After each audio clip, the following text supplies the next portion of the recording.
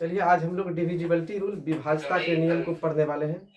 तो देखिए दो से विभाज्यता का नियम को किस तरह से जानते हैं हम लोग सीखेंगे अभी आज कि दो से कोई संख्या विभाज्य है या नहीं, इसको देखने के लिए जांचने के लिए किस चीज से हम पहचानेंगे कि दो से संख्या विभाज्य के। देखिए संख्या के इकाई अंक ऐसे कर सकते हैं, संख्या का इकाई अंक क्या होना चाहिए, 2, 0, 2, 4, 6 या 8, यानी कि 0, 2, 4 या 6 या 8 में कोई एक अंक होना चाहिए। जैसे देखिए एग्जांपल में समझते हैं, एग्जांपल में समझेंगे, पता करेंगे ये जो संख्या है दो से विभाज्य है या नहीं। तो क्या बोल रहा है इसमें, संख्या का इकाई अंक क्या होना चाहिए, 0, 2, 4, 6 या 8। तो देखिए यहाँ पे लास्ट में इकाई अंक क्या है, 0, इसका मतलब ये क्या है, दो से विभाज्य है। दूसरे एग्जांपल को जानेंगे। देखिए इसमें इस संख्या का इकाई अंक क्या है, 7। तो अंत में क्या रहना चाहिए, 0, 2, 4, 6, 8, इकाई अंक यही रहना चाहिए, लेकिन है क्या यहाँ 7, इसीलिए ये दो से विभाज्य नहीं है। अब तीसरे एग्जांपल को भी देख लेते हैं।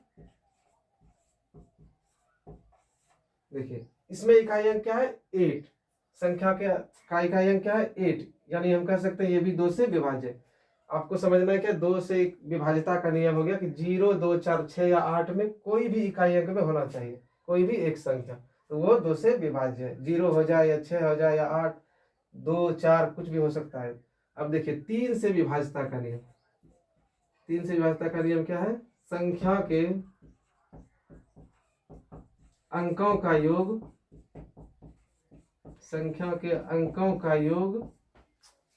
3 से विभाज्य,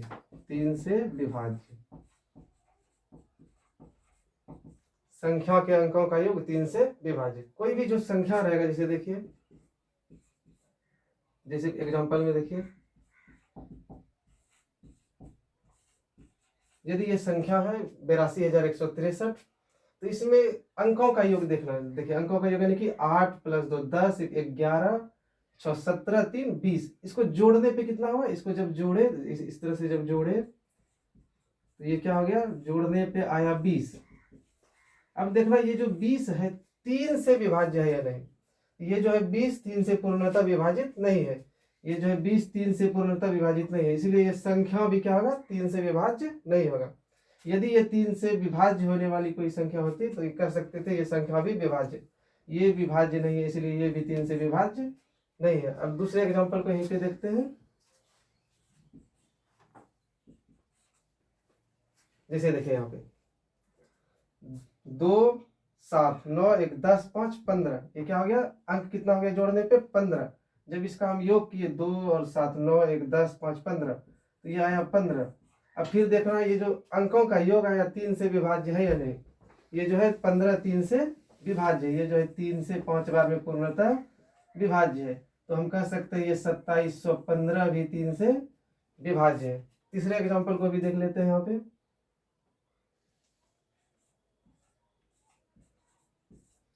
देखिए ये विभाज्य है या नहीं। 7 अंकों का योग करना है, 7, 2, 9, 6, 15, 4, 20, 2, 22, जोड़ने पे कितना आया 22। तो ये 22 जो है 3 से विभाज्य है, चेक करना, 3 से जो है 22 विभाज्य नहीं है, पूर्णतः विभाज्य नहीं है। तो हम कह सकते हैं ये संख्या भी 3 से विभाज्य नहीं है। अब देखते हैं आगे 4 से विभाज्यता का नियम।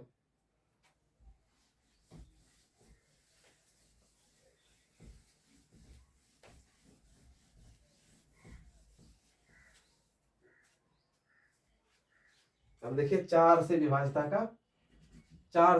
का नियम, देखो इस तरह से लिखते हैं 4 से विभाज्यता का नियम। तीसरे नंबर में पढ़ रहे हैं 4 से विभाज्यता का नियम। इसमें क्या हो जाएगा,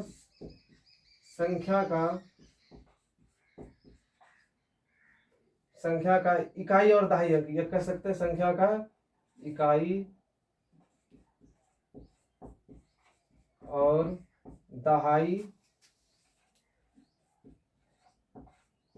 और दहाई अंक से जो संख्या बना, इकाई और दहाई अंक से बनी संख्या 4 से विभाज्य। विभाज्य। इकाई संख्या का इकाई और दहाई अंक से बनी संख्या क्या हो जाएगा? 4 से विभाज्य। एग्जांपल में समझते हैं जैसे Low battery, charge your phone. देखिए ये जो संख्या है 24,292 4 से विभाज्य है, तो क्या बोले? इकाई और दहाई अंक से जो संख्या बना, इकाई और दहाई 92, ये क्या बना? 92। अब देखेंगे 92 4 से विभाज्य है या नहीं, तो 4 से देखेंगे 92 विभाज्य है या नहीं। तो देखिए 2 बारह में 8, फिर आया 12, 3 बारह में 12। ये जो है 4 से 92, ये जो लास्ट का जो बना 92, इकाई और दहाई अंक से जो संख्या बना 92, ये 4 से पूर्णतः विभाजित है। तो हम कह सकते हैं कि 24,000, ये पूरी संख्या जो है, ये पूरी 24,292 भी 4 से विभाज्य है। यहीं पे हम दूसरे एग्जाम्पल को भी देख लेते हैं। दूसरे एग्जाम्पल को जैसे समझते हैं,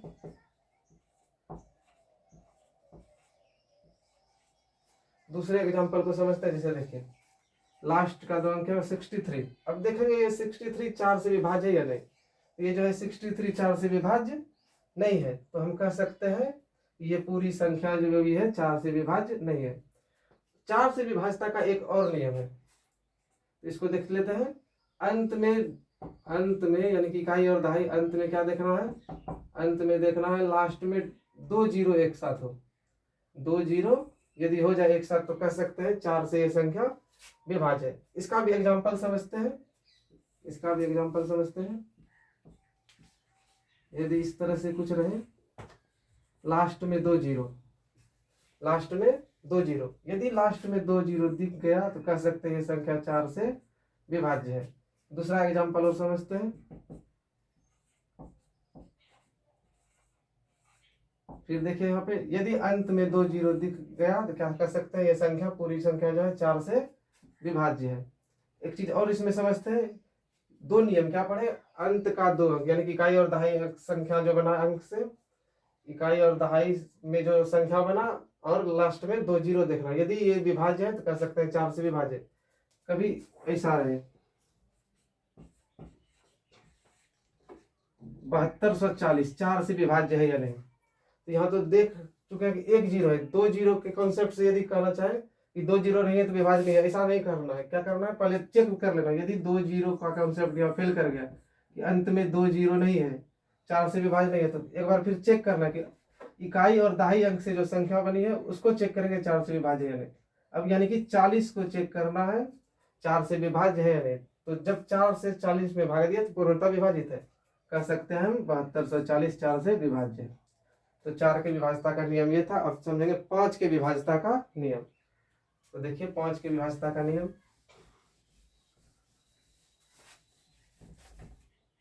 5 के विभाज्यता का नियम चौथे नंबर में पढ़ने वाले हैं। 5 से विभाज्य, यहाँ आ जाएगा संख्या का इकाई अंक, इकाई अंक 0 या 5। क्या हो जाएगा? संख्या का इकाई अंक क्या होना चाहिए? 0 या 5। जैसे एग्जांपल में समझेंगे,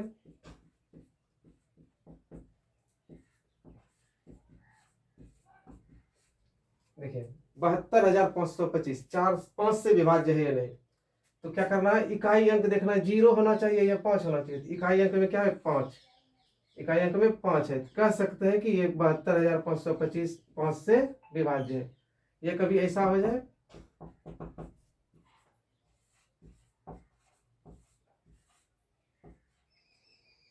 ये देखिए ये पूरी संख्या जो है 5 से विभाज्य है या नहीं चेक करना। इकाई अंक में क्या होना चाहिए? 0 या 5, 0 हो या 5 हो। यहाँ क्या है? इकाई अंक में 7 है, इसका मतलब हम कह सकते हैं ये संख्या 5 से विभाज्य नहीं है। और एग्जांपल देखते हैं।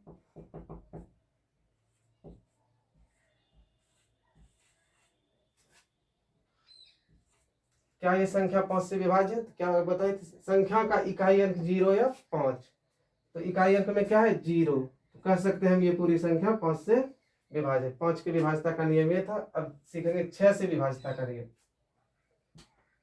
अब यहाँ पे सीखने वाले हम लोग 6 से विभाज्यता का नियम।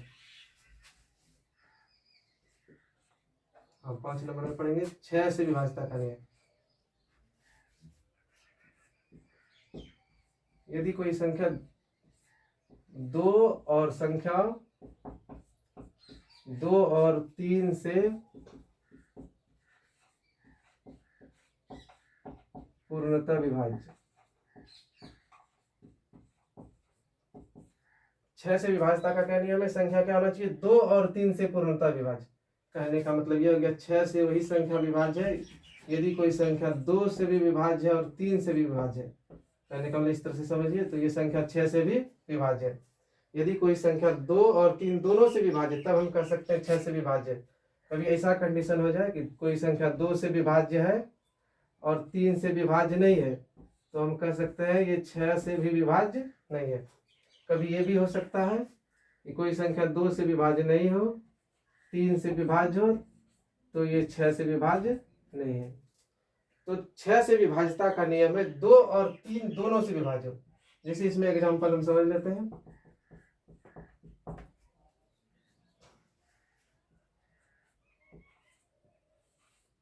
720 2 और 3 दोनों से विभाज्य होना चाहिए। पीछे हम पढ़ चुके हैं कि 2 के विभाज्यता का नियम है इकाई अंक 0 2 4 6 8, तो ये 2 से विभाज्य। ये क्या है? 2 से विभाज्य। ये संख्या 2 से विभाज्य है।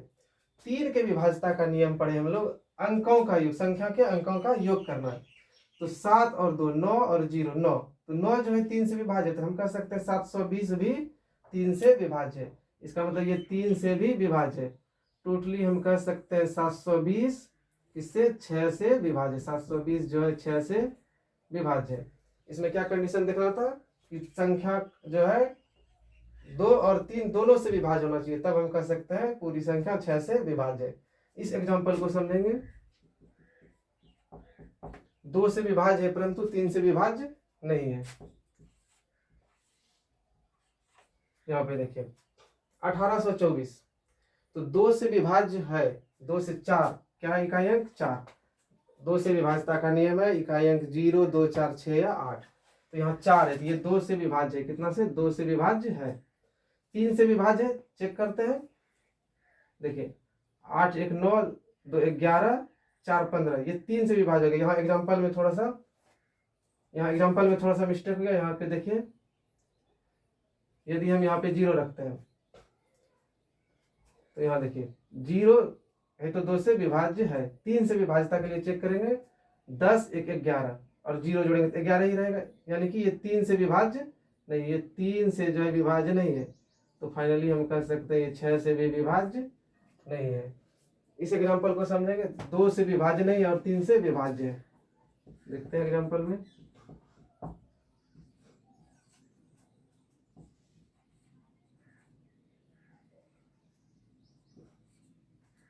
देखिए यहाँ पे 7815 चेक करना है, 2 और 3 दोनों से विभाज्य होना चाहिए 6 के विभाज्यता के लिए। तो यहाँ इकाई अंक क्या है? 5। क्या ये 2 से विभाज्य है? 2 से विभाज्य नहीं है। ये संख्या जो है 2 से विभाज्य नहीं है। अब 3 से चेक करेंगे विभाज्य है या नहीं। 8 7 15 1 16 5 21, इसका क्या हुआ? 21। इसका मतलब ये 3 से विभाज्य है। ये क्या है? 3 से विभाज्य है। 2 से विभाज्य नहीं है, 3 से विभाज्य है, तब पर भी हम कह सकते हैं ये 6 से विभाज्य नहीं है। 6 से विभाज्यता का नियम हम लोग फाइनली समझे कि 2 और 3 दोनों से विभाज्य होना चाहिए। कोई संख्या क्या होना चाहिए? 2 और 3 दोनों से जब विभाज्य हो तो कह सकते हैं संख्या 6 से विभाज्य है। अब 7 से विभाज्यता का नियम, 7 अभी बता देते हैं, 7 11 13, इस 3 टॉपिक को हम 7 11 13 के विभाज्यता का नियम अगले क्लास में करेंगे। अभी हम लोग पढ़ेंगे 8 के विभाज्यता का नियम। तो देखिए 8 के विभाज्यता का नियम पढ़ते हैं अभी।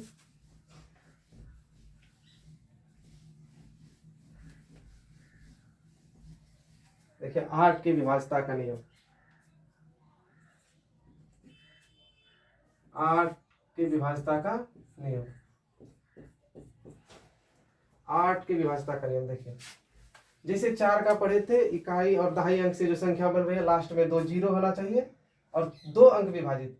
तो इसमें क्या देखना है? 3 अंक विभाजित।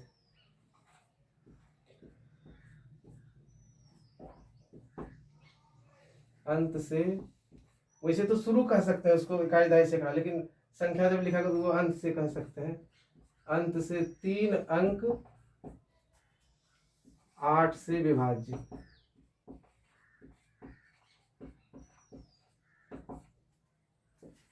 या 3 शून्य।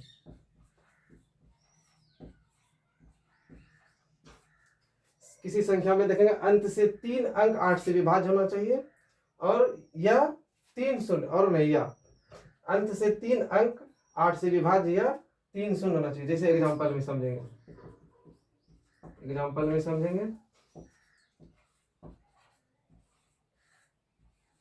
जैसे देखिए यहाँ पे इस एग्जांपल में देखेंगे कि 3 शून्य बोला गया, 2 शून्य है, तो ये अभी नहीं कह सकते हैं कि ये 8 से विभाज्य है या नहीं। तो दूसरा कंडीशन चेक करेंगे, 3 अंक जो है अंत से इधर से जो गिनेंगे कायदाई सैकड़ा करके, ये जो 400 बना ये 8 से विभाज्य है या नहीं। जब 8 से 400 में भाग देंगे तो ये पूर्णतः विभाजित है। ये क्या है? 8 से पूर्णतः विभाजित है। तो हम कह सकते हैं 72,400 ये 8 से पूर्णतः विभाजित है।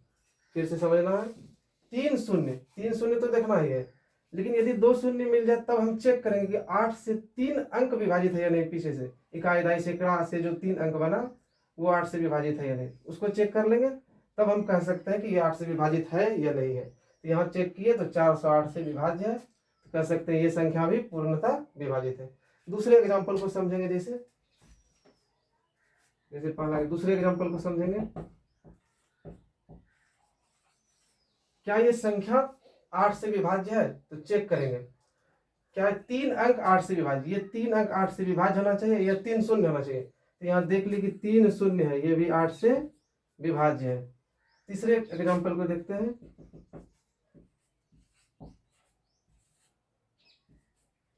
यहाँ पे देखना है कि 78,487 8 से विभाज्य है नहीं। तो 3 अंक ये जो 487 बना ये 8 से विभाज्य है या नहीं, चेक करेंगे इस तरीके से। 4 से 8 487 में भाग देंगे, तो यहां से जब भाग देंगे तो पता चलेगा कि ये जो है 4 से विभाज्य नहीं है। 8 से चेक करना है, 8 से विभाज्य नहीं है। ये जो है 487 8 से विभाज्य नहीं है, इसीलिए हम कह सकते हैं ये पूरी संख्या जो है 8 से विभाज्य नहीं है। अब 9 के विभाज्यता के नियम को पढ़ेंगे। देखिए 9 से कोई संख्या विभाज्य है या नहीं, कैसे जांचेंगे। जैसे हम लोग 3 का पढ़े सेम उसी तरह से है, संख्या के अंकों का योग 9 से विभाज्य, 9 से विभाज्य सेम 3 के तरह है।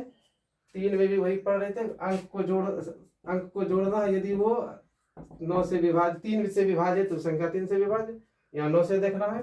जैसे देखिए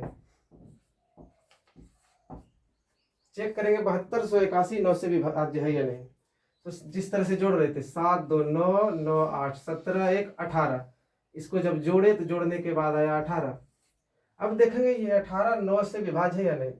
तो देखने के बाद पता चला कि 18 जो है 9 से विभाज्य है। तो अब हम कह सकते हैं कि ये पूरी संख्या 7281 जो है 9 से विभाज्य है। दूसरे एग्जांपल को देखते हैं।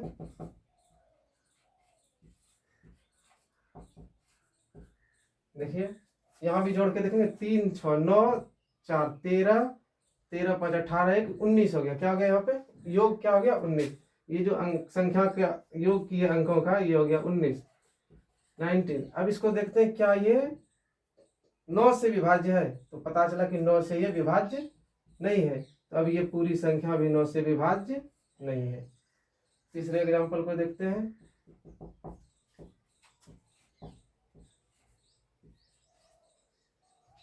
यहां से देखिए 7 8 15 1 16 4 20 3 23, ये क्या होगा? 23, जो कि 9 से विभाज्य नहीं है। तो हम कह सकते हैं ये पूरी संख्या भी 9 से विभाज्य नहीं है। अब हम लोग पढ़ते हैं 10 से विभाज्यता का नियम। तो देखिए 10 से विभाज्यता का नियम क्या है। कोई संख्या 10 से विभाज्य है या नहीं, इसके लिए जानेंगे। संख्या का इकाई अंक 0। इकाई अंक क्या होना चाहिए किसी संख्या में? 0। जैसे एग्जांपल से समझेंगे। देखिए संख्या का इकाई अंक क्या होना चाहिए? 0। तो देखिए एग्जांपल से समझते हैं। क्या ये संख्या 10 से विभाज्य है? हाँ, कह सकते हैं हाँ 10 से विभाज्य, क्योंकि इकाई अंक क्या है? शून्य। किसी संख्या का इकाई अंक यदि शून्य हो तो वो संख्या भी क्या है? 10 से विभाजित। सबसे आसान 10 से विभाज्यता का नियम है। तो यहाँ से देखते हैं फिर दूसरे एग्जाम्पल को। क्या ये संख्या 10 से विभाज्य है?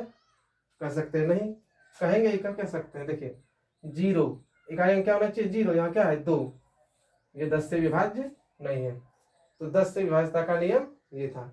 अब हम लोग अगले टॉपिक में, अगले क्लास में 7, 11, 13 के विभाज्यता के नियम को पढ़ेंगे।